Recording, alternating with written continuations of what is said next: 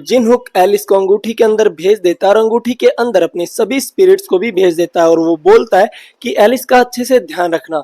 फिर वो एबिगेल और उसकी आर्मी की तरफ देखते हुए बोलने लग जाता है कि ओरिजिनली तो ये जो रिवेंज था वो एलिस का था, उसी को लेना चाहिए था, लेकिन इस टाइम पर वो थोड़ा सा मुश्किल है क्योंकि वो इस टाइम पर तुमसे रिवेंज नहीं ले सकती। फिर जिनहुक बहुत ही ज्यादा गुस्से में बोलता उन सभी को, तो तुम सभी के सभी लोग तैयार हो जाओ यहाँ पर मरने के लिए, क्योंकि एलिस का जो बदला है वो मैं तुमसे लेने वाला हूँ। अब हमें थोड़ा सा फ्लैशबैक में दिखाया जाता है जिनहुक और बेल्टर के उसे मीटअप के बारे में, जहां पर जिनहुक को बेल्टर अपने आप को एक सेकंड के लिए रोकने देता है, जिसकी वजह से जो सेकंड जॉब एडवांसमेंट क्वेस्ट था वो कंप्लीट हो जाता है, जिसकी वजह से जिनहुक को अब लोस्ट लैंग्वेज की एबिलिटी भी मिल जाती है और उसकी जो क्लास है वो इंटरप्रेटर ऑफ द बैरियर से चेंज होकर क्रिएटर ऑफ रूइंस बन जाती है। और बेल्टर बोलता है जिनको कि मेरी जो क्लास है बैरियर मास्टरी की वो इतनी भी इजी नहीं होने वाली, क्या तुम उसे हैंडल कर पाओगे?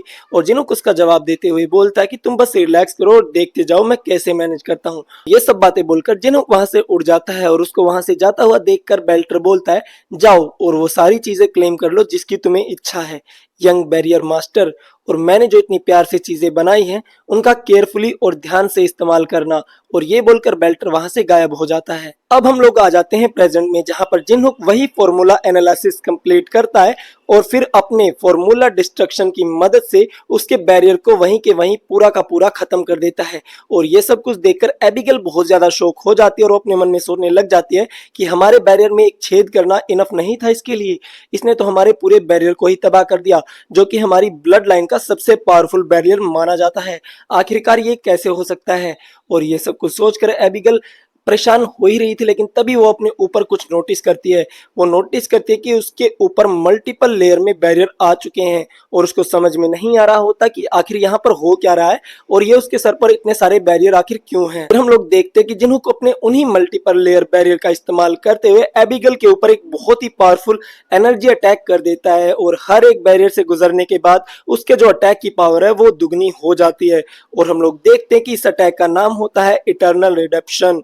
और हम लोग देखते हैं कि एबिगेल को बचाने के लिए उसकी जो पूरी आर्मी है वो अपनी ब्लड शील्ड को एक्टिवेट कर देती है और उसकी जो पूरी आर्मी है वो यही बातें बोल रही होती कि हमें कैसे भी करके लॉर्ड एबिगेल को बचाना ही होगा, अगर वो जिंदा बच गई तो लेविसिटा फैमिली कभी भी तबाह नहीं हो सकती। और वो सभी लोग उसको बचाने में वहां पर लग जाते हैं। हम लोग देखते हैं कि जिन लोग वहां पर कहाँ रुकने वाला था वो अपना एंशिएंट बैरियर प्रिजर्वेशन को एक्टिवेट कर देता है, जो कि एक ऐसा फॉर्मूला है जो कि किसी को भी नहीं पता है आज से पहले। और ये फॉर्मूला इस्तेमाल करने के लिए जिनहुक एक बार पूरा बड़ा जंप लेता है और वो हवा में आ जाता है। फिर इसी के साथ जिनहुक अपना 8 स्टार का बैरियर फॉर्मूला रेनोसेंस को एक्टिवेट कर देता है, जिसकी वजह से आसमान में बहुत सारे बैरियर जो है मैजिकल बैरियर वो एक्टिवेट हो जाते हैं। और ये सब कुछ देखकर जो हमारे ट्विन होते हैं, जो न्यूसुंग होता है और जो हमारी टेरेसा होती है, उसको भी पता लग जाता है कि वहां पर जिनहुक आ चुका है।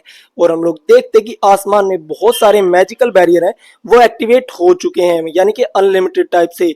और फिर जिनहुक उन्हीं सभी बैरियर से अपना इटर्नल रिडम्पशन अटैक फिर से कर देता है, जिसकी वजह से यहाँ पर दुनिया में जितने भी वो ब्लैक गोट आए होते हैं उन सभी के ऊपर जिनहुक एकदम से हमला कर देता है। क्योंकि जिनहुक के पास अभी इनफाइनाइट मैजिक है तो उसे किसी भी प्रकार के माना की चिंता करने की कोई टेंशन नहीं है। और जिनहुक अपने उसी एक सिंगल अटैक से बहुत ही पावरफुल अटैक करता है उन सभी ब्लैक गोट्स के ऊपर, जिसकी वजह से बिल्डिंग्स उड़ने लग जाती हैं, कार्स तबाह हो जाती हैं और बहुत ही ज्यादा डिस्ट्रक्शन होता है। लेकिन हम लोगों को मानना पड़ेगा कि उसके इस एक अटैक की वजह से वहां पर जितने भी ब्लैक गोट होते हैं और लेविसिटा फैमिली के जितने भी वहां पर सेना के लोग होते हैं वो सभी के सभी लोग उस एक ही अटैक से मिट जाते हैं। और जो बच जाती है वो सिर्फ होती है एबिगेल, जो कि अभी लेविसिटा फैमिली की करंट हेड है। और वो अपने मन में सोचने लग जाती है कि क्या लेविसिटा क्लैन के जो हाईएस्ट हैं वो सिर्फ एक ही अटैक से पेरिश हो गए, ये आखिर कैसे हो सकता है, ये इंसान आखिरकार कितना पावरफुल है। और ये सोचकर एबिगेल बहुत ज्यादा डर जाती कि उसने किस इंसान से पंगा ले लिया। एबिगेल हमें बताती कि वो हमेशा से सोचती थी कि कैसे लेडी एलिस ने एम्बलम को हरा दिया जबकि उनकी पावर भी सील है, लेकिन फाइनली उसको समझ आ रहा होता है कि ये आदमी है जिसने एम्बलम को सच में हराया है। ये आदमी है वो। और हम लोगों को दिखाया जाता है जिनहुक जो कि बहुत ही ज्यादा बैडस लुक के साथ खड़ा होता है एबिगेल के सामने, और उसको ऐसे देखकर वो मन में सोचती है कि इस टाइम पर लेडी एलिस के साथ डील करना कोई फायदेमंद नहीं है, मुझे अभी के अभी यहाँ से भागना होगा और ऊपर के लोगों को रिपोर्ट करना होगा। और वो वहां से भागने लग जाती है, लेकिन जिनहुक उसको कैसे भागने दे सकता है ये सब होने के बाद। और जिनहुक अपनी हेल्प फायर स्किल का इस्तेमाल करता है और एकदम से ही एबिगेल को रास्ते में रोक लेता है। और वो बोलता है कि तुम्हें क्या लगता है एलिस की ये हालत करने के बाद तुम यहाँ से सही सलामत जा सकती हो? बिल्कुल भी नहीं, तुम्हें यहीं अभी के अभी सजा मिलने वाली है, तो तैयार हो जाओ मरने के लिए। फिर हम लोग देखते कि एबिगेल के हाथ कांप रहे होते हैं जिनहुक से डर के मारे, लेकिन फिर भी वो बहुत ही ज्यादा गुस्सा हो जाती है और वो बोलती है कि तुम्हारी हिम्मत कैसे हुई लेवेसिटा फैमिली के हेड को अंडर एस्टिमेट करने की। और इसी के साथ लेवेसिटा फैमिली की जो हेड एबिगेल है वो जिनहुक के ऊपर अटैक करने के लिए दी रैथ ट्री साइथ वॉल का इस्तेमाल करने लग जाती है। मतलब वो अपने हथियार से जिनहुक के ऊपर अटैक कर देती है, जिसका नाम होता है लाइटनिंग सेंचुरी, जिसकी वजह से जिनहुक के ऊपर एक लाइटनिंग टाइप का अटैक जाकर लगने वाला होता है। लेकिन अगले ही सीन में हम लोग देखते हैं कि एबिगेल बहुत ज्यादा शॉक हो जाती है, क्योंकि जो वो देखती है वो बिल्कुल अनबिलीवेबल होता है। और हम लोगों को दिखाया जाता है कि जिनहुक उसके उस लाइटनिंग अटैक को अपने एक ही हाथ से रोक लेता है, और वो सिर्फ रोकता ही नहीं है बल्कि उस अटैक को अपने रंगे हाथों से ही पकड़ लेता है, और साथ में ही वो एबिगेल के उस हथियार को भी डिस्ट्रॉय कर देता है। और ये सब कुछ देखकर एबिगेल की वहीं के वहीं फटके चार हो जाती है। फिर वो अपने मन में सोचने लग जाते हैं कि लाइटनिंग को अपने हाथों से पकड़ना ये पहले ही अनबिलीवेबल सा दिखाई देता है, लेकिन उसने मेरे डिवाइन हथियार को भी अपने नंगे हाथों से ही तोड़ दिया। आखिर ये किस तरीके का इंसान है, क्या ये इंसान भी है? फिर हम लोग देखते हैं कि जिनहुक अपना एंशिएंट बैरियर रिस्ट्रेंट को एक्टिवेट करता है और एबिगेल को वहीं के वहीं बांध लेता है। हम लोग देखते हैं कि जिनहुक अपनी एंशिएंट रून ग्रेविंग स्किल को एक्टिवेट करते हुए बंदूकें निकाल लेता है, और वो बोलता है कि मैं तुम सभी के सभी लोगों को एक साथ ठिकाने लगाने वाला हूँ। फिर वो अपनी बंदूकों का इस्तेमाल करता है और आसमान में फायर करके एक पैटर्न बनाने लग जाता है। फिर हम लोगों को पता चलता है कि जो पैटर्न जिनहुक ने बनाया है उसकी मदद से वो अपना 9 स्टार का बैरियर मैजिक एक्टिवेट करने वाला है। फिर हम लोग देखते हैं कि साथ में ही जिनहुक अपना multi layered barrier formula zodiac को भी एक्टिवेट कर देता है, और इस बार जिनहुक समन करता है सैगिटेरियस को, जिसको वहां पर देखकर एकदम से ही जो एबिगेल है उसकी फटके चार हो जाती है, और वो समझ जाती है कि बिल बहुत ही ज्यादा डेंजरस इंसान है। और ये सब कुछ देखकर वो एकदम से बोलती है कि मैं तुम्हारे साथ कोऑपरेट करने के लिए तैयार हूँ, प्लीज मुझे मत मारो। लेकिन जिनहुक उसकी सुनने वाला नहीं है, वो बार बार बोलती रहती है कि तुम्हें सुनाई नहीं दे रहा कि मैं तुम्हारे साथ कोऑपरेट करने वाली हूँ, तो अभी के अभी रुक जाओ, प्लीज रुक जाओ। लेकिन जिनहुक बोलता है कि सॉरी, पर मुझे एक ट्रेटर के वर्डों पर बिल्कुल भी भरोसा नहीं है। इसी के साथ जिनहुक सोल स्टोर ऑफ लॉगिंग को भी एक्टिवेट कर देता है, जिसकी वजह से वो अपने टारगेट की तक पहुंचने का जो एसेंस है वो भी हायर कर देता है। और हम लोगों को दिखाया जाता है जिनहुक ने जो सैगिटेरियस को समन कर रखा होता है वो अपने धनुष बाण को एम करता है एबिगेल की तरफ, और उस पावरफुल अटैक को प्रिपेयर करता है एबिगेल को मारने के लिए। और साथ में वो उस तीर को छोड़ भी देता है एबिगेल की तरफ, और एबिगेल को अपनी मौत उसकी तरफ आते हुए दिखाई दे रही होती है। और हम लोग देखते हैं कि फाइनली जो सैगिटेरियस ने तीर छोड़ा होता है वो एबिगेल को लग जाता है, और वो अटैक इतना ज्यादा पावरफुल होता है कि उसकी वजह से लेविसिटा फैमिली की जो हेड होती है एबिगेल, वो वहीं के वहीं मर जाती है। लेकिन सैगिटेरियस का जो तीर होता है वो इतना ज्यादा पावरफुल होता है कि वो लेविसिटा फैमिली की हेड एबिगेल को चीरते हुए उसके पीछे जो पोर्टल होता है जिसके अंदर से लेविसिटा फैमिली की हेड एबिगेल आई होती है वो उसके अंदर तक भी पहुंच जाता है। और वो वहां पर पहुंचता है 50 फ्लोर के बॉस के पास, सब निगुरत के पास, जिसको देखकर सब निगुरत भी बहुत ज्यादा शौक हो जाता है। फिर हम लोगों को दिखाया जाता है जिन जो कि बोलता है सब निगुरत को कि ये चीप सी ट्रिक चलना बंद कर दो और चुपचाप 50वें फ्लोर पर जाकर बैठ जाओ, क्योंकि मैं बहुत ही जल्दी वहां पर आने वाला हूं और तुम्हें भी मारने वाला हूं, तो चुपचाप अपनी बारी का इंतजार करो, समझ गए तुम? और हम लोग देखते हैं कि उस पावरफुल अटैक की वजह से जो वहां पर दरारें आई होती हैं, जो इन्वेजन स्टार्ट हुआ होता है वो वहीं के वहीं बंद हो। अब हमें जिनहुक का एक फ्लैशबैक दिखाया जाता है जिसमें जिनहुक लास्ट 49वें फ्लोर पर होता है और 50वें फ्लोर पर जाने के लिए उसके सामने पोर्टल खुला होता है। लेकिन जैसे ही वो पीछे मुड़ के देखता है वो देखता है कि उसका मास्टर एलिस और वोलियन सब के सब वहां पर मरे होते हैं। और जिनहुक बोलता है कि क्या क्या कोई भी जिंदा नहीं बचा? क्या इस घटिया से गेम को पार करने के लिए मुझे अपने सभी दोस्तों को ऐसे ही खोना पड़ेगा? डैम!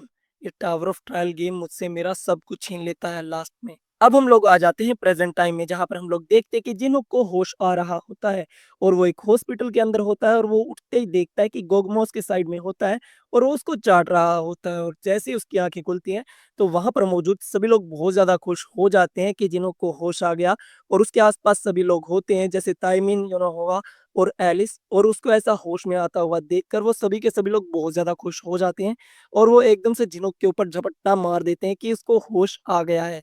और योनोवा उसको बताती है कि तुम पूरे 1 हफ्ते से बेहोश थे क्योंकि तुमने बहुत सारा माना यूज़ कर लिया था।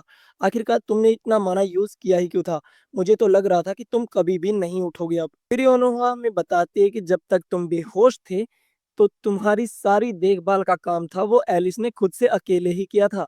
और ये बात सुनने के बाद जिन्हों को बहुत ज़्यादा खुशी होती है, और वो एलिस को गले लगा लेता है और वो सभी लोगों को बोलता है कि तुम लोगों का शुक्रिया मेरा ध्यान रखने के लिए। अब सीन शिफ्ट हो जाता है दूसरी तरफ, जहाँ पर हम लोगों को बताया जाता है कि एक स्नोई विंटर मॉर्निंग के टाइम पर अवेकन्ड एसोसिएशन के द्वारा एक फ्यूनरल रखा गया है उन सभी लोगों के लिए जो कि इस आउटब्रेक के दौरान मारे गए थे। और हम लोगों को दिखाया जाता है कि वहाँ पर बहुत सारे लोगों की भीड़ इकट्ठा हो गई है, उन सभी लोगों को श्रद्धांजलि देने के लिए जो कि इस आउटब्रेक के दौरान मारे गए थे। और अवेकन्ड एसोसिएशन का जो चेयरमैन है, वो हमें बताता है कि इस आउटब्रेक के दौरान जितने भी लोग मरे हैं, वो सभी के सभी लगभग प्लेयर्स ही थे। हम लोगों को कोई भी हानि नहीं पहुँची है क्योंकि प्लेयर्स ने सारा ज़िम्मा उठा लिया था, और उन 121 सैक्रिफाइस की वजह से हमारी जो ये दुनिया है, अब प्रोटेक्टेड है उस इन्वेजन से। तो अवेकन्ड एसोसिएशन का जो चेयरमैन है, वो बोलता है कि आज हम सभी लोग यहाँ पर इसलिए इकट्ठा हुए हैं ताकि हम उनकी श्रद्धांजलि दे सकें, उन सभी सैक्रिफाइसेस को श्रद्धांजलि दे सकें जिनकी वजह से हमारी जो दुनिया है वो आज सेफ है। और इसी दिन हमें ये भी रियलाइज़ हुआ है कि जो टावर ऑफ ट्रायल के अंदर के रेज़िडेंट हैं, वो सभी के सभी लोग हमारे दुश्मन नहीं हैं, उनमें से कुछ हमारे फ्रेंड्स भी हैं। और ये बात बोलकर हमें कलाकल, ओकरुन और हमारी एंड्रिया दिखाई जाती है, और हम लोगों को बताया जाता है कि टावर ऑफ ट्रायल के अंदर सभी लोग हमारे दुश्मन नहीं हैं, कुछ लोग हमारे दोस्त भी हैं। फिर कलाकल अपने हाथ से ओकरुन को नीचे उतारता है। मैं हूँ कलाकल, मैं हूँ फ्रोस्ट ब्लेड ट्राइब का चीफ, और मैं एक टावर ऑफ ट्रायल का रेजिडेंट हूँ जो कि इंसानों को अपना दुश्मन ही मानता था पहले। लेकिन एक दिन मुझे एक इंसान मिला जिसने हमें हमारे डिक्टेटर से आज़ादी दिलाई, और उस दिन मुझे पता लगा, और उस दिन मुझे ये एहसास हुआ कि मुझे कोई भी ज़रूरत नहीं है इंसानों को अपना दुश्मन मानने की। और जिस दिन हम अपने डिक्टेटर के सामने खड़े हुए, तो उस दिन मैं एक इंसान से भी मिला जिसका नाम था जैंग युनसुक, जिसे ये भी नहीं पता था कि उसे लाइफ में करना क्या है। लेकिन फिर भी वो मेरे साथ खड़ा रहकर मेरे साथ लड़ाई की, और हम लोगों ने एक साथ बहुत सारी लड़ाइयाँ लड़ी जिसमें उसने मेरा साथ दिया और मेरी जान भी बचाई। उसका नाम था जैंग युनसुक। उस इंसान की वजह से ही हमें ये रियलाइज़ हुआ कि हम लोग इंसानों के साथ दोस्त बन सकते हैं। और अब तुम आराम करो मेरे प्यारे दोस्त। और हम लोगों को दिखाया जाता है जैंग एम्स की फोटो जो कि उस फ्यूनरल पर ही लगी होती है। इसका मतलब ये है कि आउटब्रेक के दौरान जो जैंग यूनसुक नाम का कैरेक्टर हमारी इस मानवा में था, वो अब लंबे समय तक नहीं रहा, वो इस आउटब्रेक के दौरान मारा गया। और ये सब खबर सुनने के बाद जो बाहर की दुनिया है वो पूरी तरीके से 2 हिस्सों में बँट गई। कुछ लोग ऐसे हो गए जो कि अब टावर ऑफ ट्रायल से और भी ज़्यादा डरने लग गए, और कुछ लोग ऐसे हो गए जो कि टावर ऑफ ट्रायल के अंदर रहने वाले लोगों के साथ दोस्ती करना चाहते थे। मुझे नहीं पता कि ये दुनिया कहाँ पर जाने वाली है, लेकिन मैं आशा करूँगा कि ये दुनिया जहाँ पर भी जाए, ये दुनिया सक्सेसफुल रहे। और ये बात सोचते हुए हमें एंड्रिया, मेरा मतलब टेरेसा, दिखाई जाती है, और टेरेसा एकदम से अपने साइड में देखती है, और वो देखती है कि उसके साइड में कैंग जिन्हुक आ चुका होता है, और वो जिन्हुक को देखते ही बोलती है कि ओह! जिन्हुक, तो तुम यहाँ पर आ गए। और फिर वो अपने मन में सोचने लग जाती है कि काश मैं इसे दिखा पाती कि मैं कितनी ज़्यादा काबिल हो गई हूँ। जिनहुक टेरेसा को बोलता है कि तुमने बहुत ज़्यादा अच्छा काम किया, तुमने उस आउटब्रेक को रोके रखा जब तक कि मैं वापस नहीं आ गया। और टेरेसा बोलती है कि मैंने तो बस वही किया जो मुझे करना चाहिए था, लेकिन वो मन में सोचने लग जाती है कि मैं तो जिनहुक के साथ अपनी न्यू फ़ॉर्म में मिलना चाहती थी। मैं उसे दिखाना चाहती थी कि मैंने कितनी ज़्यादा मेहनत की है। और वो इतना कुछ सोच ही रही होती है, लेकिन तभी जिनहुक बोलता है कि और हाँ, तुम तो बहुत ज़्यादा कूल दिखाई दे रही थी। मेरा मतलब है कि तुम्हारी वो नई फ़ॉर्म वो बहुत ज़्यादा कूल थी। मैंने तुम्हें लास्ट मोमेंट में देखा था जब तुम मुझे हील कर रही थी। इसका मतलब ये हुआ कि तुमने बहुत ज़्यादा मेहनत की है टेरेसा, और मैं तुम्हारा शुक्रिया अदा करना चाहता हूँ क्योंकि तुमने हार नहीं मानी और तुमने इंसानियत का साथ दिया। Thank you so much Teresa. और ये बात सुनने के बाद टेरेसा बहुत ज़्यादा खुश हो जाती है, और वो बहुत ही ज़्यादा अंदर ही अंदर मुस्कुराने लग जाती है। और अब हमें टेरसा के अंदर का सीन दिखाया जाता है और ब्लैक टेरसा भी कन्विंस हो जाती है कि हमने इतनी ज़्यादा जो प्रैक्टिस की है, इतनी ज़्यादा जो ट्रेनिंग की है, उसका हमें कोई तो फ़ायदा हुआ। सीन शिफ्ट हो जाता है दूसरी तरफ जहाँ पर हम लोगों को दिखाया जाता है कि टावर ऑफ ट्रायल के लोगों के ऊपर बहुत सारे सवाल उठ रहे होते हैं कि क्या वो हमारे दोस्त हैं या फिर हमारे दुश्मन, और लोग सोशल मीडिया के ऊपर कमेंट करने लग जाते हैं एक-दूसरे के ऊपर कि वो हमारे दोस्त हैं, वो दुश्मन है वगैरह-वगैरह। और इस इंसिडेंट को देख रहा होता है जिन्होंक अपने मोबाइल फ़ोन में, और वो बोल रहा होता है कि हम इस इंसिडेंट से बाहर निकल पाए क्योंकि आइवान ने हमारी मदद की थी। अगर टावर ऑफ ट्रायल के अंदर ऐसी कोई भी घटना होती तो मैं उसको सँभाल लेता, लेकिन बाहर की दुनिया में मैं कुछ भी नहीं सँभाल पाता। तो आइवान का ऐसे इंटरफेयर करना, क्या इसका मतलब ये है कि वो मेरी मदद करना चाहता है टावर ऑफ ट्रायल को पार करने में? फिर जिन्हों को कोई बोलता है कि अगर तुम फ्री हो गए हो तो मैं बात करना शुरू करूँ, और जिन्हों बोलता है कि ओह! सॉरी, आप बात कर सकते हैं। और हम लोगों को दिखाया जाता है ये कोई और नहीं बल्कि अवेकेंट एसोसिएशन का जो चेयरमैन है वही होता है, और वो जिन्हों के साथ बात कर रहा होता है। और वो बोलता है कि तुमने तकेशी का यूज़ किया और मीडिया को मैनिपुलेट किया और टावरों के रेज़िडेंट को यहाँ पर लेकर आए। मैं उन सभी के लिए तुम्हारा बहुत ज़्यादा शुक्रगुज़ार हूँ, लेकिन मुझे एक बात समझ में नहीं आ रही कि ये बहुत बड़े-बड़े जो जायंट गेट्स हैं, वो अभी तक बंद क्यों नहीं हुए? मुझे तो लगता था कि आउटब्रेक जो है, वो ख़त्म हो चुका है, तो इन दरारों को भी भर जाना चाहिए था, लेकिन ऐसा कुछ भी नहीं हो रहा। ऐसा क्यों हो रहा है? जिन्हों बोलता कि हमने जिसके साथ लड़ाई की, वो कोई एशियन टाइम का क्रीचर नहीं था, बल्कि उसकी एक स्क्वाड थी जो उसने भेजी थी। और ये बात सुनने के बाद अवेकन्ड एसोसिएशन का जो चेयरमैन है, वो बोलता है कि तुम्हारा मतलब क्या है? और फिर जिन्हों बोलता है कि 50वें फ्लोर का जो एन्शिएंट बीइंग है, वो कभी भी खुद से पहले हमला नहीं करता। वो पहले अपनी स्क्वाड भेजता है ताकि वो एनिमी की टेरिटरी में केओस मचा सके, और ये बात मुझे टावर ऑफ ट्रायल के एक बंदे ने बताई है। बात सुनने के बाद अवेकन्ड एसोसिएशन का जो चेयरमैन बोलता है कि लेकिन ये लोग तो बहुत ज़्यादा स्ट्रॉन्ग थे, इसका मतलब ये हुआ कि, और जिन्हों बोलता है कि हाँ, इसका मतलब ये हुआ कि इन्वेजन जो वो अभी खत्म नहीं हुआ है। और अवेकन्ड एसोसिएशन का चेयरमैन बोलता है, तो फिर इन गेट को क्लोज़ करने का कोई तरीका? और जिन्हों बोलता है कि इसके लिए मुझे खुद से जाकर देखना होगा क्योंकि कोई भी प्रॉब्लम ऐसी नहीं होती जिसका कोई सॉल्यूशन ना हो। अब सीन शिफ्ट हो जाता है योनोहा के घर की तरफ जहाँ पर हम लोग देखते हैं कि जिन्हों किसी चीज़ को देखकर बहुत ज़्यादा हैरान हो रहा होता है, और योनोहा बोलते कि हाँ, तुम्हें ऐसी चीज़ मिलना बहुत ही ज़्यादा मुश्किल है क्योंकि ये दुनिया का सबसे पहला माना हॉट स्प्रिंग है। और हम लोगों को दिखाया जाता है कि उन लोगों ने माना क्रिस्टल का यूज़ करके दुनिया का सबसे पहला माना हॉट स्प्रिंग बना दिया होता है, और उसके अंदर कोई बैठा होता है और वो बोलता है एकदम से, ओह! तुम्हें देखकर अच्छा लगा। और उसको देखकर जिन्हों भी बहुत ज़्यादा खुश हो रहा होता है, और वो बोलता है कि अरे! मास्टर, आप ठीक तो हैं? और हम लोगों को दिखाया जाता है ये कोई और नहीं बल्कि डार्क एम्परर ही होता है, जो कि अभी भी थोड़ा-सा खस्ता हालत में ही। फिर वोलियंग बोलते कि हॉट स्प्रिंग के अंदर माना को मिक्स कर देना कितनी इम्प्रेसिव टेक्निक है। इसकी वजह से हमारे जो डार्क एम्परर है वो जो बहुत ही ज़्यादा जल्दी रिकवर कर पा रहे हैं। और फिर साइड में हम लोग देखते हैं कोई बोलता है कि वाओ! टावर ऑफ ट्रायल के बाहर की जो दुनिया है वो बहुत ही ज़्यादा अच्छी है, और ये कोई ड्रिंक पीते हुए बोल रहा होता है, और हम लोगों को दिखाया जाता है कि ये कोई और नहीं बल्कि सोल चेजिंग से यंग ही होती है। और वो बोलती है कि तुम लोगों के पास जो सॉफ्ट ड्रिंक है बहुत ही ज़्यादा अच्छी है। मैं तो यहाँ पर हमेशा के लिए रह सकती थी, लेकिन मेरे ऊपर बहुत सारी ज़िम्मेदारियाँ भी हैं। तो बोलता है सेयुंग से कि तुम यहाँ पर आखिरकार कर क्या रही हो? और सोल चेजिंग सेयुंग बोलती है कि तुम्हें नहीं लगता कि ये थोड़ा-सा अनफ़ेयर हो जाएगा कि ये जो बूढ़ा इंसान है, ये सारे मज़े अकेला उठा ले? मुझे भी थोड़े से मज़े करने दो। और ये बात जैसे ही वो बोलती है, हम लोगों को देखते हैं कि एकदम से जो गेट है उस कमरे का वो खुलता है, और वहाँ से एकदम से एलिस और एंड्रिया भागती हुई आती हैं, और वो बोलती कि हमें भी फन जॉइन करने दो, और वो एकदम से पानी के अंदर छलांग लगा जाती हैं। एलिस तो छलांग लगा लेती है, लेकिन जैसे ही एंड्रिया का पाँव टच होता है पानी को, उसे महसूस होता है कि ये तो बहुत ही ज़्यादा गर्म है, और वो वहाँ पर बाहर ही चिल्लाने लग जाती है कि हाँ, ये तो बहुत ज़्यादा गर्म है। आखिरकार तुम लोग जल क्यों नहीं रहे इस पानी से? और वो एलिस से यही सारी बातें पूछने लग जाती है कि तुम लोग इस गर्म पानी को आखिरकार सहन कैसे कर रहे हो? और एलिस उसको बोलती है, क्योंकि तुम अभी भी छोटी बच्ची हो एंड्रिया, इसलिए तुम इसको झेल नहीं पा रही हो, लेकिन अब टाइम आ गया है तुम्हारा बड़े होने का। फिर गोगुमा और एलिस उसको जानबूझकर पानी के अंदर ढकेलने लग जाते हैं, जिसकी वजह से वहाँ पर बहुत ज़्यादा शोर होने लग जाता है, और डार्क एम्परर जो कि ध्यान लगाकर अपने माना को रिकवर करने की कोशिश कर रहा होता है, उसका थोड़ा-सा ध्यान जो बढ़ जाता है, और वो बोलता है कि क्या तुम लोग यहाँ पर आराम से बैठ नहीं सकते? मैं यहाँ पर ध्यान लगाने की कोशिश कर रहा रहा हूँ और वो चिल्लाकर उन सभी को पानी से बाहर भगा देता है। और ये सब कुछ देखकर जिन्हों बहुत ही ज़्यादा खुश हो जाता है और वो सोचने लग जाता है कि मुझे लगता है कि अब बहुत ज़्यादा सब कुछ चीज़ें जो हैं वो ठीक हो चुकी हैं। लेकिन तभी एकदम से जिन्हों के पीछे योनोहा के दादाजी आ जाते हैं और वो बोलते हैं, क्या तुम्हारे पास टाइम है थोड़ा बात करने का? और वो जिन्हों भी योनोहा के दादाजी के साथ चला जाता है और वो बोलता है योनोहा के दादा को कि थैंक्स, आपने मेरी मदद की।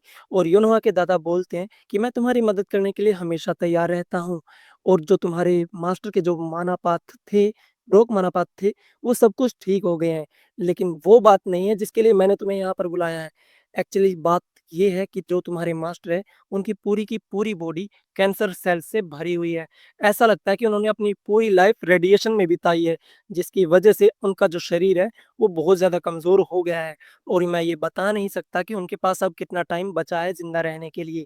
और ये बात सुनने के बाद जिन्हों बहुत ज़्यादा हैरान हो जाता है। सीन शिफ्ट हो जाता है दूसरी तरफ, जहाँ पर हम लोगों को दिखाया जाता है हेवनली माउंटेन के अंडरग्राउंड पाथवे पर, जहाँ पर सामाज़ा अपने माइंड डीमन के साथ जा रहा होता है और वो अपने माइंड डीमन से पूछता है कि क्या तुम्हें राइट गार्डियन का पता लगा कि वो कहाँ पर गई?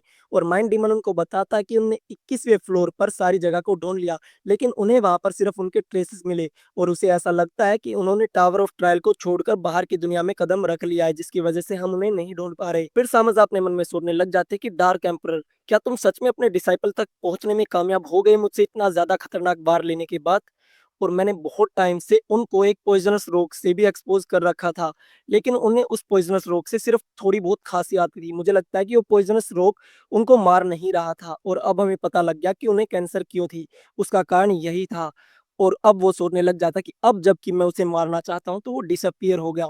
एक बात तो माननी पड़ेगी कि वो आदमी जीने के लिए बहुत ज़्यादा डिटरमाइंड है। माइंड डीमन समाजा से बोलता है कि मुझे पक्का पता है कि आप जोंगा के ऊपर टेक ओवर करना चाहते हैं, लेकिन आपको ये बात तो पता है ना कि हेवनली डीमन डिवाइन कल्ट के पास कोई भी फोर्स नहीं है म्यूरिम की अलायंस के साथ लड़ाई करने के लिए। तो आप कैसे उन सभी एक्सपर्ट मार्शल आर्टिस्ट को हराने वाले हैं? क्या आप मुझे ये बता सकते हैं? और जैसे ही वो ये बात पूछता है सामाज़ा से, तो सामाज़ा उसको बोलता है कि सामने देखो एक बारी। तुम्हें सच में लगता है कि मैं तुम्हें यहाँ पर बिना किसी रीज़न के लेकर आया हूँ माइंड डीमन? और माइंड डीमन बहुत ज़्यादा हैरान हो जाता है जब वो अपने सामने की तरफ देखता है और सामाज़ा बोलता है कि मैं तुम्हें वो दिखाने वाला हूँ जो हमारी मदद करेगा ज़ोंगवा के ऊपर टेक ओवर करने के लिए। और माइंड डीमन बहुत ज़्यादा हैरान हो जाता है ये सारी चीज़ें देखकर। फिर हमें दिखाया जाता है हास्टिंग, वो बोलता है, ओह! तो तुम यहाँ पर आ गए। मैंने जैसा वादा किया था तुमसे, मैंने इन सभी लोगों को यहाँ पर एक जगह पर इकट्ठा कर दिया। और हम लोग देखते हैं कि माइंड डीमन फाइट करने के लिए रेडी होता है, लेकिन सामाज़ा उसको अपना गार्ड डाउन करने के लिए कह देता है और वो बोलता है कि एक हाई फ्लोर मैनेजर है जो कि हमारी मदद करने वाला है जोंगा के ऊपर टेक ओवर करने में। सामाज़ा जो है वो उसकी हेल्प को देखकर इम्प्रेस हो जाता है और वो बोलता है कि तो कितने ज़्यादा एंशिएंट टाइम के क्रीचर अभी मिल रहे हैं मुझे। और हमारा जो हॉस्टिंग है वो बोलता है कि पहले बैच में तुम्हें 3000 मिल रहे हैं। और हम लोग देखते हैं कि माइंड डीमन उनके ऑरा को देखकर ही समझ जाता है कि ये लोग बहुत ज़्यादा अजीब हैं। आखिरकार ये चीज़ है क्या? और हम लोगों को दिखाया जाता है हास्टिंग और वो बोलता है कि मुझे लगता है कि इनका कोई भी नाम नहीं है, तो हमें इन्हें क्या बुलाना चाहिए?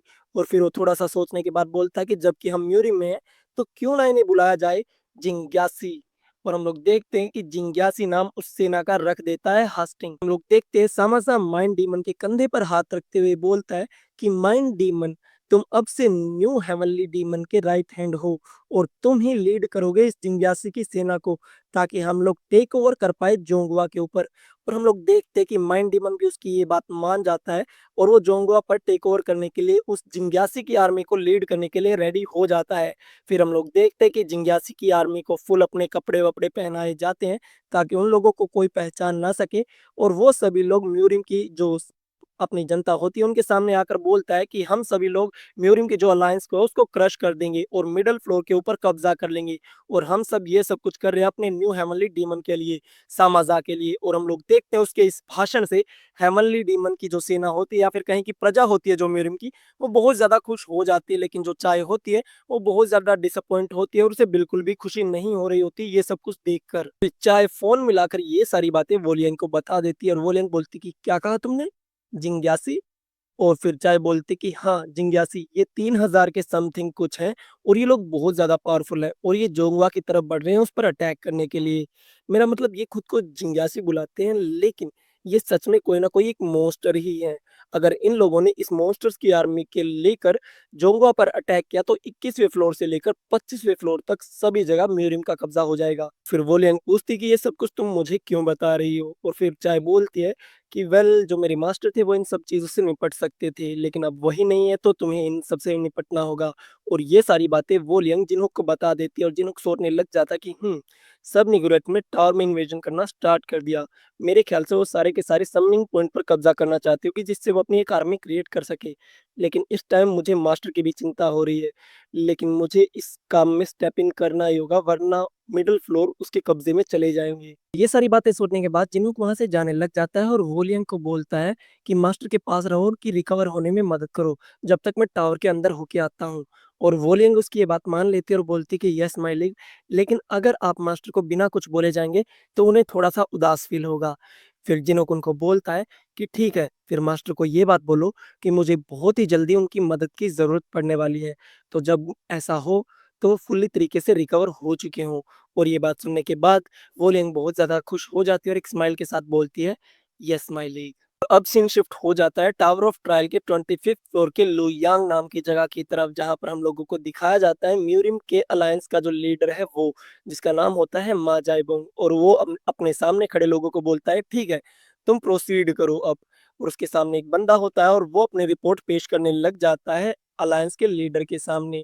और फिर वो बताता है कि जो डिवाइन डीमन कल्ट के लोग हैं, वो एक जिंग्याशी नाम की आर्मी का इस्तेमाल कर रहे हैं और अटैक कर रहे हैं हमारे ऊपर। और ऐसी आर्मी हमने पहले कभी नहीं देखी। वो इस टाइम पर जोंगवा की तरफ बढ़ रहे होंगे जब हम यहाँ पर ये सारी बातें कर रहे हैं। और जो कर्नल सेक्टर है मार्शल आर्टिस्ट का, वो सबसे पहले ही डिफीट हो चुका है। सारी बातें सुनने के बाद मा जाइबंग बोलता है कि अच्छा, तो वो लोग भी काफी नहीं थे उनको रोकने के लिए। मैंने तो सोचा था कि हेवनली डीमन डिवाइन कल्ट कमजोर हो गया होगा क्योंकि उनका जो हेवनली डीमन है वो डिसअपीयर हो चुका है। लेकिन मैंने ऐसा तो कुछ एक्सपेक्ट नहीं किया था उनसे। वहां पर बीक शोलिन और उसके लोग भी होते हैं और वो ये बात बोलने लग जाते हैं कि अगर ऐसा ही चलता रहा तो यहाँ के सारे सेक्टर और क्लैंस जो कि जोंगवा के अंडर आते हैं, वो सभी लोग एक एक करके नीचे गिर जाएंगे या फिर कहें कि हार जाएंगे। और ये सारी बातें बोलने के बाद बीक शोलिन बोलती है तो हमें मिलकर काम करना चाहिए। और उसकी ये बात सुनने के बाद सभी लोग बोलते हैं अगर ऐसी ही बात है तो तुम क्यों नहीं फ्रंट लाइन को ज्वाइन करते। और ये बात सुनने के बाद वो दोनों लोग शौक हो जाते हैं कि इसका इस बात से क्या लेना देना है। और फिर वो लोग बोलते हैं कि हमें तो लगा कि तुम अपनी स्किल्स को लेकर कंफर्म होगी, इसलिए तुमने ये बात बोली है। और ये सारी बातें सुनने के बाद बीक शोलिन कुछ सोचने लग जाती है और वो सोचती है कि काश कोई और होता जो कि फ्रंट लाइन को संभाल लेता और हमें इस खतरे से बचा लेता। और ये सारी बातें वो सोच ही रही होती है, लेकिन तभी उसका हाथ एकदम से वहां पर चमकने लग जाता है और उसका वहां पे ट्रांसपोर्टिंग स्क्रोल एक्टिवेट हो जाता है जो कि जिनुक ने उसके ऊपर स्पाइडर के रूप में छुपाया होता है। और हमें थोड़ी देर में ही दिखाया जाता है कि वहां पर कोई आ जाता है और ये और कोई नहीं बल्कि सोल चेजिंग सेयुंग और कैंग जिन्हों की होते हैं, जिसको वहां पर देखकर मा जाइबुंग भी हैरान हो जाता है। हम लोग देखते हैं कि कैंग जिन्हों और मिस सेयुंग को वहां पर देखकर बीक शोलन उसके साइड में खड़ा आदमी वो बहुत ज्यादा हैरान हो जाते हैं और उसको पहचान जाते हैं और वो बोलते हैं कि कैंग जिनुक, तुम यहाँ पर क्या कर रहे हो? फिर वो मिस सेयुंग को बोलते हैं कि आपको पता भी है ये आदमी है कौन? और मिस सेयुंग बोलती कि हाँ मुझे पता है, ये डिमोनिक कल्ट में second in power dark emperor का डिसाइपल है। और फिर वो आदमी बोलता है कि ये आदमी कैंग जिनुक है, यही वो इंसान है जो हमारे प्लान्स के बीच में बहुत बार आया है। ये आदमी कैंग जिनुक है मिस सेयुंग। और फिर मिस सेयुंग एक लंबी सी सांस लेती है और फिर एक टेबल को उठा कर नीचे रखती है और सभी लोगों को बोलती है कि सभी लोग एक बार काम डाउन हो जाओ। मुझे पता है कि पहले ये हमारे डिमोनिक कल्ट के नियमों को पालन नहीं करता था क्योंकि ये हमारे साथ जुड़ा हुआ नहीं था, लेकिन अब मैं आप लोगों को यकीन दिला सकती हूँ कि ये हमारा एनिमी नहीं है, ये हमारा दोस्त है। किंग बोलते कि हाँ, मैंने जैसा कि पहले कहा कि डार्क एम्पर का डिसाइपल है, वही डार्क एम्पर जिसने आप लोगों को उस आइस डीमन से बचाया था। और आप लोगों को तो पता है कि इस टाइम पर डिमोनिक कल ने उनको धोखा दे दिया जिसकी वजह से उनको भागना पड़ रहा है। आपको नहीं लगता कि इस टाइम पर उनके डिसाइपल के साथ ऐसा व्यवहार करना ये बहुत ज्यादा बुरी बात है? इंसान उनमें से ही बोलता है कि मैं इसको अपना एनिमी नहीं मानूंगा, जबकि आप ये बात बोल रही हो। लेकिन फिर भी हमें इस इंसान की मदद की कोई भी ज्यादा जरूरत नहीं है। आपको क्या सच में लगता है कि हम लोग डिमोनिक कल्ट से हार जाएंगे? हम मार्शल आर्ट मास्टर्स ऑर्थोडॉक्स म्यूरिम डिमोनिक कल्ट से हार जाएंगे? और ये जो बातें वो बोल रहा होता है उस वो होता है वुडंग सेक्टर का एल्डर सो यूहोन। फिर वो हमें बताता है कि उनके पास 10 ग्रेट सेक्टर है, दी मार्शल हाउस होल्ड है और यहाँ तक कि यहाँ पर जो मौजूद एल्डर हैं वो भी हैं। उसके बावजूद क्या सच में लगता है कि हम लोग डिमोनिक कल्ट के सामने हार जाएँगे? फिर जिनुक अपनी आय उगलटनी का इस्तेमाल करता है और उन सभी के स्टेटस बार को देखकर बोलता है कि ये सभी के सभी तो बहुत ज़्यादा वीक हैं। अगर मास्टर आज ठीक होते तो इन सभी को अपने 5 मूव के अंदर ही हरा देते। और एक सवाल जो मेरे मन में हमेशा आता रहता है कि ये लोग यहाँ पर सिर्फ पढ़े ही रहते हैं क्या? कभी ट्रेनिंग व्रेनिंग नहीं करते क्या? ये लोग बहुत ही ज़्यादा कमज़ोर हैं यार। और फिर जिनोक बोलता है कि मुझे समझ में आ गई कि तुम लोगों के अंदर बहुत ज़्यादा ईगो है। लेकिन मेरी एक बात सुन लो कि ये सारी जो लड़ाई है ये सिर्फ जोंगवान तक ही सीमित नहीं रहेगी। इस लड़ाई के ऊपर पूरे मिडल फ्लोर का भविष्य टिकने वाला है। तो एक बार के लिए वो सारी बातें सुन लो जो मैं तुम्हें बताना चाहता हूँ। उसके बाद कोई फैसला लेना। अब सीन शिफ्ट हो जाता है दूसरी तरफ जहाँ पर हम लोगों को दिखाई जाती है एक जिम और उसके अंदर प्रैक्टिस कर रही होती है मिस सवाना। और वो बोलते कि हाँ, अब मुझे लग रहा है कि मेरी पावर्स वापिस आ रही हैं। अब मुझे मेरे अंदर एनर्जी बहुत ज़्यादा फ़ील हो रही है। तुम लोगों को कैसा लग रहा है? और हम लोगों को दिखाया जाता है कि उसके साथ जो प्रैक्टिस कर रहे होते हैं, वो होते हैं अब्राहम और मैकगनीज़। आप लोगों को ये दोनों तलवारबाज़ याद ही होंगे जो कि म्यूरिम से ही रिलेट करते हैं। और वो लोग बोलते हैं कि हाँ, हमें भी बहुत ज़्यादा अच्छा लग रहा है। फिर उनका जो ब्रेक टाइम है वो हो जाता है और अब्राहम मिस सवाना के साइड में बैठकर बोलता है कि मिस सवाना, आप हमें प्रोटेक्ट क्यों कर रही हैं? हम लोग भी तो ट्रेटर हैं, हमने भी तो हमारे राजा को धोखा दिया है, तो आप हमें बेंसलेट की तरह मज़दूरों जैसा काम क्यों नहीं करवा रही? लॉ के हिसाब से तो हमें भी वही सज़ा मिलनी चाहिए जो बेंसलेट को मिली थी। और मुझे अच्छा भी लग रहा है कि आप हमें प्रोटेक्ट कर रही हैं, लेकिन मुझे इसका गिल्ट भी हो रहा है कि आप हमें वो सज़ा नहीं दे रही। और फिर मिस सवाना बोलती कि मेरे भाई, इस गिल्ट को कभी जाने मत देना। हमारी जो गॉडेस ऑफ लाइट है, वो बोलती कि जिसको अपने गुनाहों का पछतावा हो जाए, उसे दूसरा मौका ज़रूर मिलना चाहिए। तो तुम्हें भी वो दूसरा मौका ज़रूर मिलेगा, बस तुम उस मौके के लिए रेडी रहना। और ये बात बोलकर अब्राहम बहुत ज़्यादा खुश हो जाता है, ये बात सुनकर मिस सवाना के मुँह से। और फिर हम लोग देखते हैं कि उनका जो ब्रेक टाइम है वो ओवर हो जाता है और वो फिर से जिम-विम करने लग जाते हैं। अब सीन शिफ्ट हो जाता है दूसरी तरफ जहाँ पर हमें एक बाज़ार का सीन दिखाया जाता है और उस बाज़ार के अंदर होती है मिस एलिस, जो कि खाने को देखकर अपने लार टपका रही होती है और उसको खरीदने की सोच रही होती है। लेकिन उसके साइड में ही यूसुन खड़ा होता है और वो बोलता है कि तुम सारा दिन बस खाती रहती हो क्या? मोटी हो जाओगी अगर ऐसे खाओगी तो। और एलिस बोलती है कि मुझे तुम्हारी ये टोन बिल्कुल पसंद नहीं आई। लेकिन तुम मेरे कॉन्ट्रैक्टर के सबॉर्डिनेट हो, इसलिए मैं तुम्हें इस बार छोड़ रही हूँ, आगे से ध्यान रखना। और यूसुन बोलता है क्या कहा, सबॉर्डिनेट और मैं? और ये सारी बातें वो कर ही रहे होते हैं, लेकिन तभी वहाँ पर कोई आ जाता है, जिसको देखकर एलिस बहुत ज़्यादा खुश हो जाती है। और हम लोग देखते हैं ये कोई और नहीं बल्कि कैंग जिनोकी होता है। और उसको वहाँ पर देखते ही एलिस बोलते हैं, तो फिर म्यूरम के लोगों के साथ तुम्हारी जो मीटिंग है वो कैसी गई? जिनोक बोलता है कि हाँ, थोड़ी चीज़ें बची हैं जिनका ध्यान रखना है, लेकिन ठीक-ठाक ही गई मीटिंग। और यूसुन बोलता है मास्टर कहाँ पे हैं? और जिनुक बताता है उसे कि मास्टर अपर लोगों को मना रही है जो कि उनके लेवल के हैं। और फिर जिनुक बोलता है कि वो म्यूरियम के लोग तो मेरा प्लान सुनने के लिए बहुत ज़्यादा एक्साइटेड थे। और हमें एक फ्लैशबैक दिखाया जाता है जिसमें हम लोग देखते हैं कि जिनुक ने उनसे उनका सारा खजाना माँग लिया है बदले में मदद करने की। और वो लोग बहुत ज़्यादा गुस्सा हो जाते हैं जिनुक के ऊपर और वो बोलते हैं कि तुम्हारी हिम्मत कैसे हुई हमारा खजाना माँगने की? और सोल चेजिंग सेइंग बोलती है कि मुझे लगता है कि मुझे इनको दूसरे तरीके से ही समझाना होगा।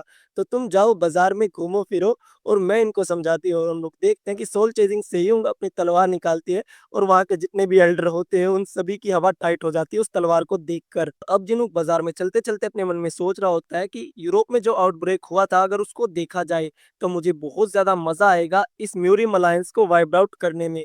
लेकिन यहीं पर अगर दूसरी तरफ देखा जाए तो मैं dark emperor, soul chasing saying और वोलिंग जैसे साथियों को भी नहीं खोना चाहता, जिसकी वजह से मैं अभी तक रुका हुआ हूँ। लेकिन हाँ, जब ये सब कुछ खत्म हो जाएगा तो मैं मेक श्योर करूँगा कि ये म्यूरियम अलायंस के लोग कभी भी टावर को छोड़कर बाहर ना जा सकें। एलिस जिनुक से पूछते कि अब हम लोग कहाँ पर जा रहे हैं? और जिनुक बोलता है कि एक ऐसी जगह जहाँ पर जाना हमारे लिए बिल्कुल बहुत ज़्यादा अच्छा होने वाला है। और फिर हम लोगों को एक बिल्डिंग दिखाई जाती है जिसके अंदर कैंग जिनुक जैसे ही जाता है तो हम लोगों को एक पूरा बाज़ार टाइप की जगह दिखाई जाती है। और वहाँ पर होते हैं बहुत ही अच्छे-अच्छे डम्पलिंग। और जिनुक बताता है कि म्यूरियम एक ऐसी जगह है जहाँ पर मिडल फ्लोर में सबसे अच्छा खाना मिलता है और यहाँ के जो डम्पलिंग है वो बहुत ज़्यादा फेमस है।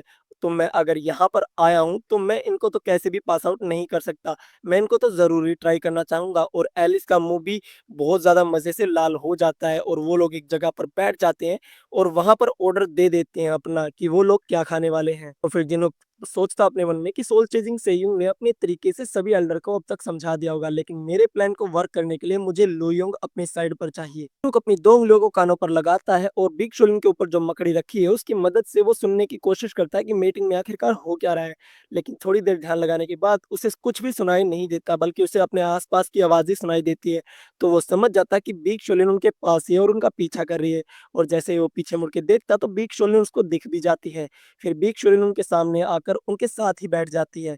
फिर जिनोक उससे बोलता है कि बिग शोलिन तुम यहाँ पर क्या कर रही हो? क्या तुम हमारा पीछा कर रही हो? और बिग शोलिन बोलती है कि अरे नहीं-नहीं, सोल चेजिंग सेयुंग ने मुझसे कहा है कि मैं तुम लोगों का ध्यान रखूँ। और फिर जिनोक बड़ा ही चिढ़ा-सा मुँह बनाकर सोचता अपने मन में कि ये हमारी कोई भी मदद नहीं कर सकती यहाँ पे। अगर ये मीटिंग नहीं होती तो कम से कम मैं वहाँ की कन्वर्सेशन तो सुन पाता। फिर हम लोग देखते हैं कि बिग शोलिन बोलती है, जबकि मैं यहाँ पर आ ही गई हूँ तो मैं तुम लोगों को जॉइन कर लेती हूँ। फिर वो यूसुंग से चिपकने लग जाते हैं चॉपस्टिक लेने के बहाने, लेकिन तभी वो नोटिस करती है कि वहाँ पर कोई आ गया और वो कोई और नहीं बल्कि वुडोंग का सो यूमयोंग होता है। और उसको वहाँ पर देखकर बिग शोलिन बोलती, मुझे लगता है कि मीटिंग खत्म हो गई है। और जिनोंग बोलता है कि मुझे नहीं लगता ये कोई अच्छे मूड में या फिर बात करने के मूड में है। तो बिग शोलिन बोलते हैं कि इसकी वजह भी तुम ही हो कैंग जिनुक, तुमने जो मीटिंग में हल्ला मचाया उसकी वजह से इसका मूड खराब है। तुम्हें पता है, वुडोंग में सभी को इससे बहुत ज्यादा एक्सपेक्टेशन है और इसका ये सपना था कि जोंगवान को बचाने वाला हीरो बन जाए, लेकिन ये वाली अपॉर्चुनिटी भी तुमने उससे छीन ली, इसलिए उसका मूड बहुत ज़्यादा खराब है। ये बात सुनने के बाद जिन्हों कुछ अपने मन में सोचने लग जाता है और वो बोलता है कि ओह! ऐसी बात है क्या? फिर वो ज़ोर-ज़ोर से हँसने लग जाता है और वो बोलता है कि अच्छा, तो ऑर्थोडॉक्स बास्टर ऐसे काम करते हैं उनकी मोरल ड्यूटी के लिए। और वो ज़ोर-ज़ोर से उनको चिढ़ाने लग जाता है और वो बोलता है कि वुडन के लोगों में और कुछ भी नहीं है, बल्कि वो लोग ईगो से भरे हुए हैं। उनके जो प्रेडेसेसर थे, यानी कि उनके जो पूर्वज थे, वो बहुत ज़्यादा ताकतवर थे, वो बहुत ज़्यादा अमेज़िंग थे। लेकिन आज की जो जनरेशन है, वो लोग कुछ और नहीं बल्कि एक गैंग बनाकर लोगों पर हल्ला मचाते हैं और कुछ नहीं। इससे ज़्यादा वो कुछ भी नहीं है। और ये सारी बातें सुनने के बाद बिग शोलिंग बोलती है, "अरे! ये तुम क्या कर रहे हो? तुम्हें पता है ना तुम म्यूरिम के अलायंस के अंदर हो और हमें उनका साथ चाहिए। तुम उनको ऐसे भड़का नहीं सकते। तुम ये सब क्या कर रहे हो?" बिग शोलिंग देखते हैं कि वो लोग अभी भी खाना खा रहे होते हैं और वो बोलते, "तुम लोग ऐसे खाना कैसे खा सकते हो? तुम्हें उसको रोकना चाहिए।" और युसुंग बोलता है कि अरे तुम उसको अच्छे से नहीं जानती, तुम कुछ ज़्यादा ही ओवर रिएक्ट कर रही हो। और एलिस भी सेम बात बोलती है कि हाँ, ये सारी चीज़ें हमारे लिए नॉर्मल है, तो तुम अब बैठ जाओ और देखती रहो आगे क्या होने वाला है। और ये सारी बातें सुनने के बाद बिग शोलिंग बोलती है कि क्या अकेली मैं ही हूँ जो ओवर रिएक्ट कर रही हूँ? ये हमारी टेरिटरी नहीं है।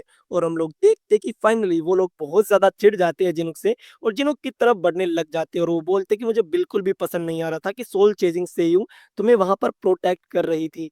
लेकिन मैं एक बात कहना चाहता हूँ, तुम्हें हमारी जनरेशन का इस तरीके से मज़ाक नहीं करना चाहिए था। अब तुम उसकी सज़ा भुगतने के लिए तैयार हो जाओ। अगर मैं तुम्हें यहाँ पर मार भी दूँगा, तो मैं ये अच्छा ही करूँगा हमारे ऑर्थोडॉक्स के लिए। तुम समझ गए? और ये सारी बातें सुनने के बाद जिनोक बहुत ज़्यादा खुश हो जाता है और स्माइल करने लग जाता है।